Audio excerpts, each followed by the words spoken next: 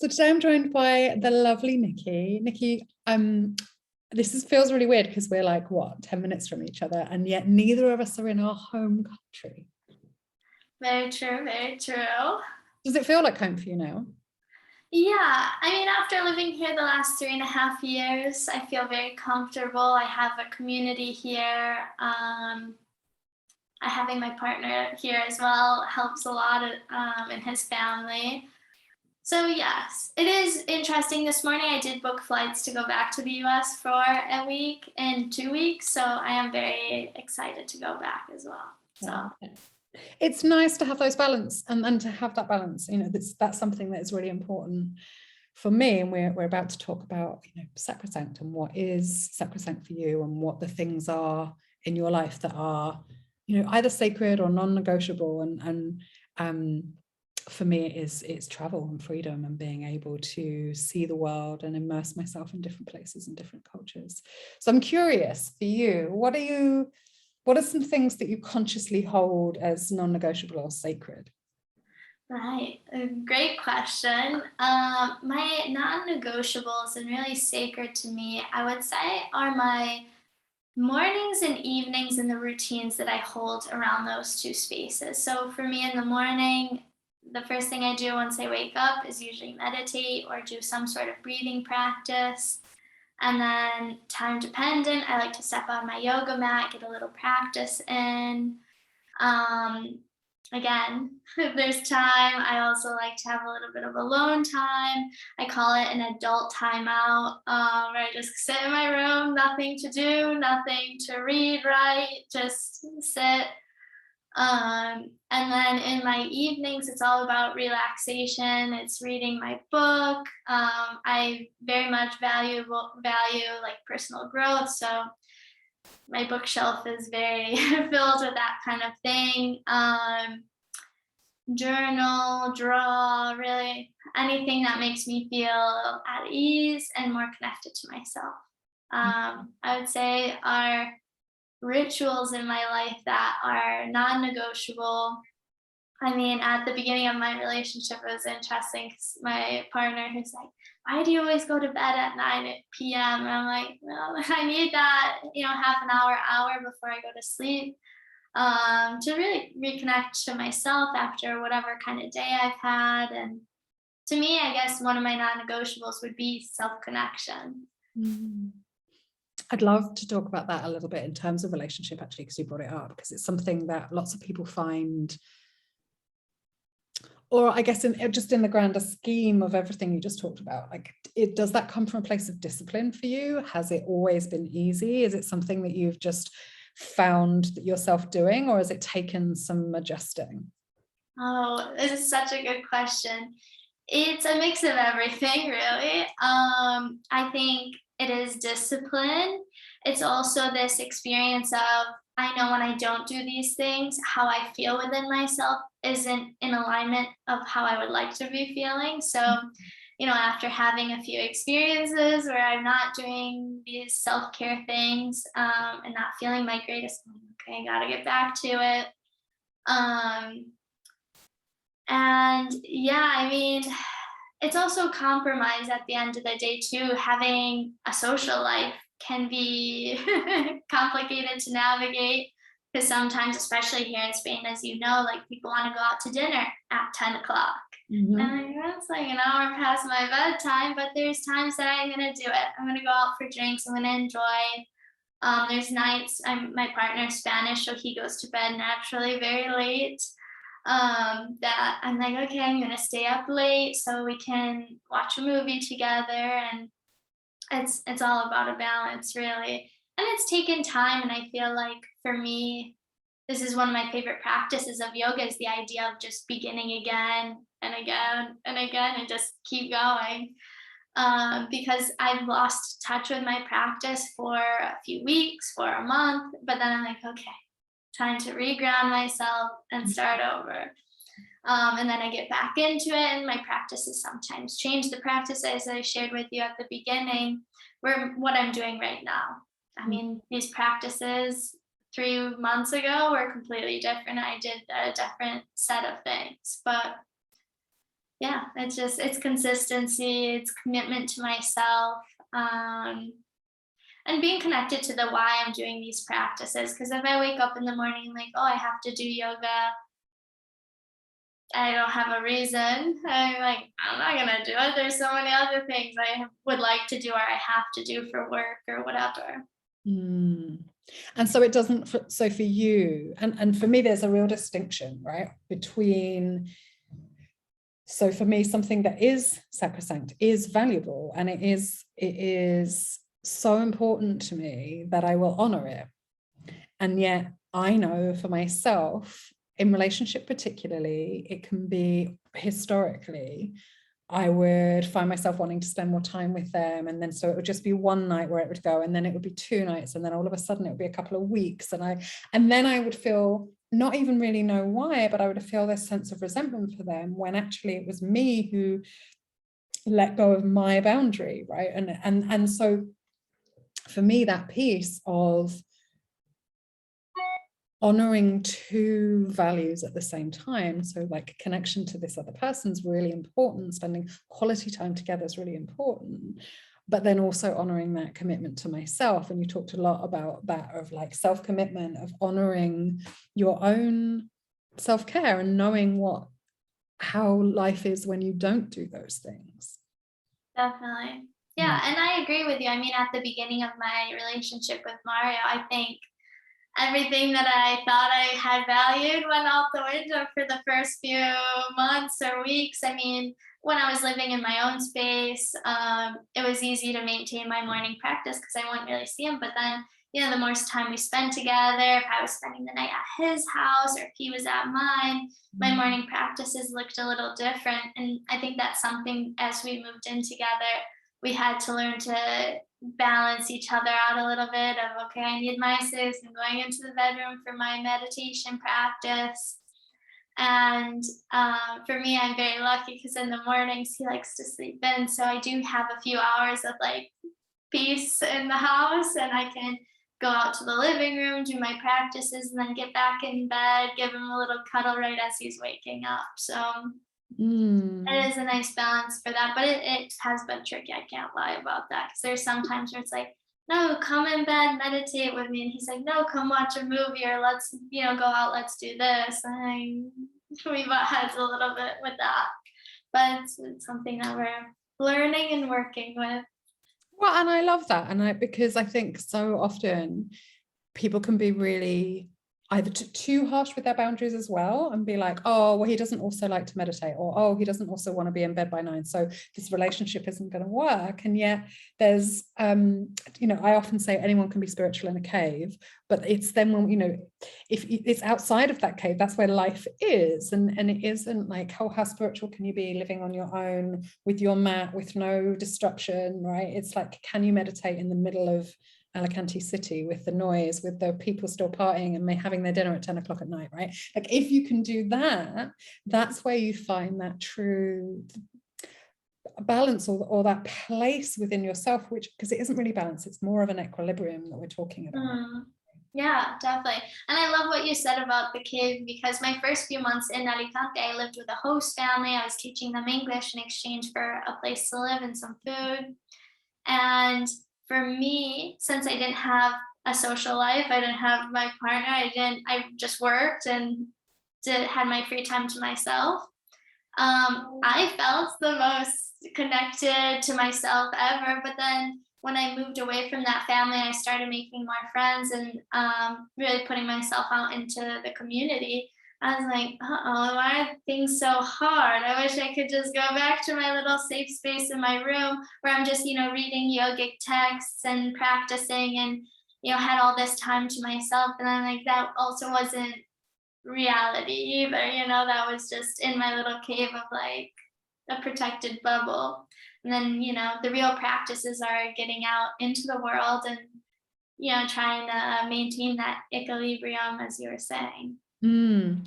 Yeah, and I feel like, when we look at holistic health generally, like, it's, for me, again, this piece that is sacred or hallowed or cherished is preventative, right? Like, we do these things in order to stay in good health, and for or to, depending on the circumstances in which you arrive, right? Like some people aren't necessarily born into great health, but for me, I arrived in reasonable health, and as I have grown, it's really it's staying in that space of finding your own, the rhythm with how much sleep you need, how much water you need, what kind of food you need, like all of those things as part of being an adult. And my experience, at least, is that what I need can't be prescribed by somebody else. And yet I see so many people wanting to find a guru, or believing that their yoga teacher knows better than them about what their body should do or how it should be, or any health practitioner, right? Like we're so eager and so keen to step out of ourselves and to have somebody else take our pain away, or like make it better. If I pay you, will you give me a pill? And then as we step away from kind of allopathic medicine, it's not, if I pay you, will you give me a pill? But if I pay you, will you give me a series of mudras or classes or things that I can do that will make me better? And so, at least, I guess I'm sharing my opinion, is that we have to come into ourselves, and we have to take the responsibility away from our teachers and take some responsibility for ourselves. And again, that's a balance. And I'm curious how your journey with becoming a yoga teacher, and then like being in that position where people come to you and you want clients, and you want to be seen as knowledgeable, and at the same time you don't want to be responsible for somebody else's health and well-being.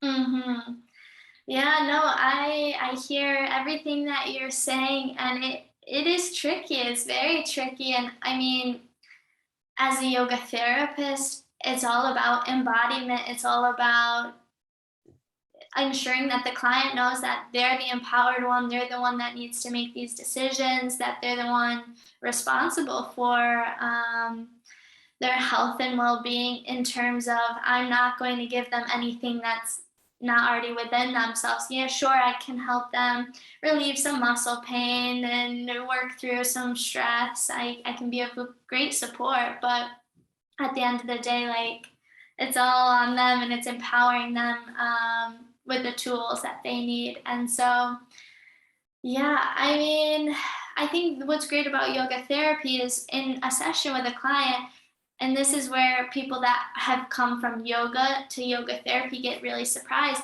I ask every few minutes, every few seconds, how does this feel for you? What are you experiencing? Where do you notice this stretch? What's going on? And then I was like, why are you asking me so many questions? And it's because I'm looking for that feedback of, okay, you know what, this is pulling here, and it doesn't feel nice. Okay, let's take that information, and what adjustment can you make so that feels better? And so it's taking the power and giving it right back to them of like, I'm just asking you a question so you dig a little bit deeper, and then it's your choice. You get to tell me, this doesn't feel good, this does feel good, I want to stay here longer, I'm ready to leave. And I think in the yoga community, it can be very difficult because so many people look for the guru, the one teacher. It's this, we put these teachers on pedestals, but my teacher, Janet Stone, who I did my 300-hour training with, she's like, do not put me on a pedestal. I'm right here doing the work with you. I have my own things going on. And yeah, I mean, it's all about agency. Agency is a word that I think I learned in the last few years as I've, started doing my own work as a yoga therapist, and becoming a yoga teacher, and just, responsibility, taking, I don't like the word control, but like taking control over yourself, your life, and the decisions and the choices that we can make. And for me, it's so important. I've been in this space for 26 years now, and very much started out my journey like most seekers, wanting someone else to have the answers for me, and wanting, and in many ways, because of the way that our society is set up, believing that someone had answers that I didn't have, and that if they gave them to me, then something would shift magically inside of me. And I guess the longer I the longer I'm alive, and the longer I continue on this path, and the more different types of people that I work with, who are both as a student, as a teacher, as a client, as a practitioner, as an experimenter, the more I understand that nobody has the answer, right? Like the whole point of this life is to have a go and to try things out, and what worked in my body one day doesn't necessarily work every day, and depends on the cycle and the season and how I slept, and, you know, all of those things. And so for me, seeing this distinction between yoga teachers or kind of, you know, even kind of yoga in gyms and kind of all of that stuff, which is great from a point of accessibility, to then seeing you and then our mutual friend Inma like working with yoga therapy, and actually really understanding the distinction has been very empowering and educational, just for me, just to know that this other stream or process or way of working really exists. Yeah, for sure. I mean, for me, what inspired me into yoga therapy was this idea of, I was teaching yoga on the beach, and a bunch of people would come to me, and one would say, "Oh, Nikki, my back hurts." Another person, "My hip." Another person, "Oh, I can't do anything that uses or puts pressure on my wrist." And I'm like, how am I supposed to do a class for all of these different people with all of these different needs? And then after a little bit of researching online, I found a yoga therapy course for anxiety and depression. And I was like, that's right up my alley of things I would like to learn more of. And then that opened my whole world up of like how yoga can be made more therapeutic. And yeah. And how are people around accepting that, right? Like, do you get people who are enjoying that journey more? Are they confused by it? Like, is there lots of education? Like, how have you found it? Yeah, no, it's super interesting. In Spain, it's a little bit different than, let's say, the US. In the US, yoga therapy has been kind of up and coming the last maybe 10 years, and you will see yoga therapists at some hospitals, and in other really clinical settings, which I think is great, and, you know, adds the science research backing to the practices of yoga. I think yoga therapy in Spain is a little more difficult, up and coming. People are a little bit more hesitant to spend some money sometimes. And especially if you go to a general yoga class and you're paying maybe 10 euros for a drop-in class, they're like, well, why do I have to pay this much more? But the clients that I do have here have been all really appreciative of it. One of my clients that I've had the last few months is great. They are a therapist, and they spend the day, you know, emotionally, mentally supporting so many other people. And then, you know, we step on our mats together twice a week, and, you know, it's their time to, you know, cultivate alignment, and deepen their connection with themselves through the practices of yoga. And this person's also very interested in philosophy. So it's great because then I can integrate those aspects that are really important to me to this person as well. Whereas some other my clients, let's say in the US and Canada, some come to me almost as if I'm a physiotherapist. Like, oh, I have this chronic, lifelong condition. What can we do with it? How can you help me manage the symptoms, relieve some of the physical pain that they're experiencing? And with those types of people, sometimes I don't dive into the yogic philosophy as much, and they just appreciate the yoga and breathing practices that I offer. And so it's very interesting, very curated to the person. One of my clients too went to a functional medicine doctor, and this is before I talked to the person. They're like, yeah, the doctor told me I need to learn to breathe better. And that's all the doctor said to her. And then this person came to me and was like, can you teach me how to breathe? And I'm like, well, of course I can. You know, that's one of the limbs of yoga. We can get into it. And so I think it's definitely up and coming. It's definitely something to watch out for too. I think it has a lot to offer, and especially the medical community is not realizing there's benefits to having some sort of physical movement practice, to learning how to breathe, and to managing stress. So well, I love all of those things. I think that they're integral. And I think, what we started this conversation with at the beginning was like, those practices or those things that for you are sacred and non-negotiable. And anything that gives people a greater pantry or library of things that they can go try is welcome in my book.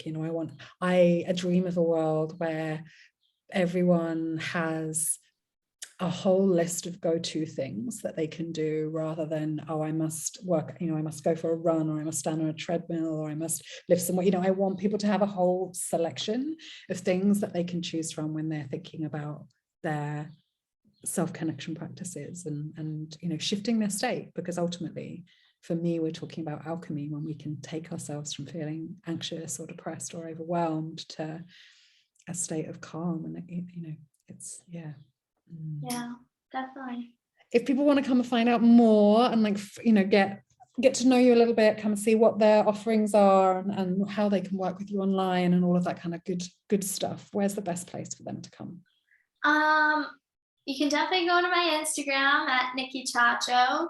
I love Instagram. I'm not the most tech savvy, up to date. That's a good place to look. But my website, elementsyt.com, Elements Yoga Therapy, has the most detailed information, and I would definitely recommend checking that out. Fantastic. Well, I'll pop the links in so they're really easy for people to find. Thank you so much for coming and having this chat with me. Thank you. It was my pleasure.